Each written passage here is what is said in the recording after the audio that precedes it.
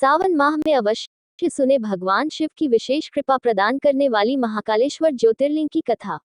देश के अलग अलग भागों में स्थित भगवान शिव के 12 ज्योतिर्लिंग में श्री महाकालेश्वर एक प्रमुख ज्योतिर्लिंग है।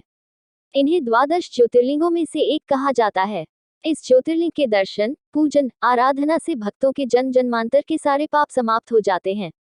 वे भगवान शिव की कृपा के पात्र बनते हैं। यह परम पवित्र ज्योतिर्लिंग मध्य प्रदेश के उज्जैन नगर में है। पुण्य सलिला क्षिप्रा नदी के तट पर स्थित उज्जैन प्राचीन काल में उज्जैनी के नाम से विख्यात था। इसे अवंतिकापुरी भी कहते थे। यह भारत की परम पवित्र सप्तपुरियों में से एक है।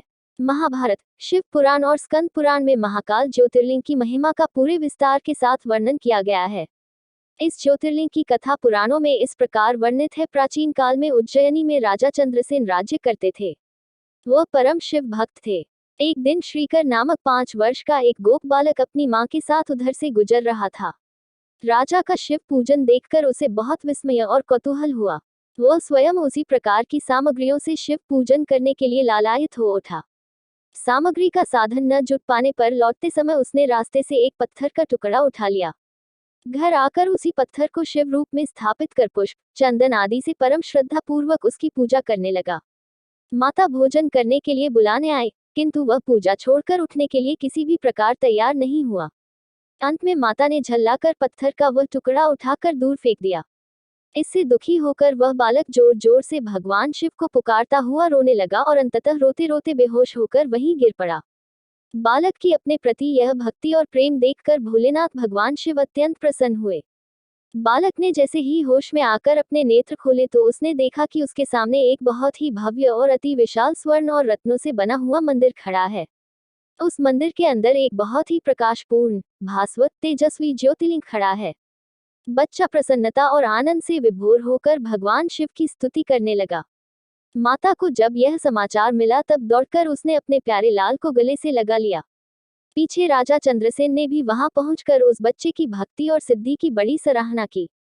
धीरे धीरे वहां बड़ी भीड़ जुट गई। इतने में उस स्थान पर हनुमान जी प्रकट हो गए।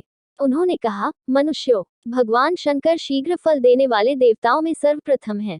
इस बालक की भक्ति से प्रसन्न होकर उन्होंने इसे ऐसा फल प्रदान किया है जो बड़े बड़े ऋषि मुनि करोड़ों जन्मों की तपस्या से भी प्राप्त नहीं कर पाते। इस गोप बालक की 8वीं पीढ़ी में धर्मात्मा नंद गोप का जन्म होगा। द्वापर युग में भगवान विष्णु कृष्ण अवतार लेकर उनके वहां तरह तरह की लीलाएं करेंगे। हनुमान जी इतना कहकर अंतर्ध्यान हो गए। उस स्थान पर नियम से भगवान शिव की आराधना करते हुए अंत में श्रीकर गोप और राजा चंद्रसेन शिव धाम को चले गए। इस ज्योतिर्लिंग के विषय में एक दूसरी कथा इस प्रकार कही जाती है। किसी समय अवंतिकापुरी में वेदपाठी तपोनिष्ठ एक अत्यंत तेजस्वी ब्राह्मण रहते थे। एक दिन दूषण नामक एक अत्याचारी असुर उनकी तपस्या में विघ्न डालने के लिए वहां आया। ब्रह्मा जी से वर प्राप्त कर वह बहुत शक्तिशाली हो गया था। उसके अत्याचार से चारों ओर त्राही त्राही मची हुई थी। ब्राह्मण को कष्ट में पड़ा देखकर प्राणी मात्र का कल्याण करने वाले भगवान शंकर वहां प्रकट हो गए। उन्होंने एक हुंकार मात्र से उस दारुण अत्याचारी दानव को वहीं जलाकर भस्म कर दिया। भगवान वहां हुंकार सहित प्रकट हुए, इसलिए उनका नाम महाकाल पड़ गया।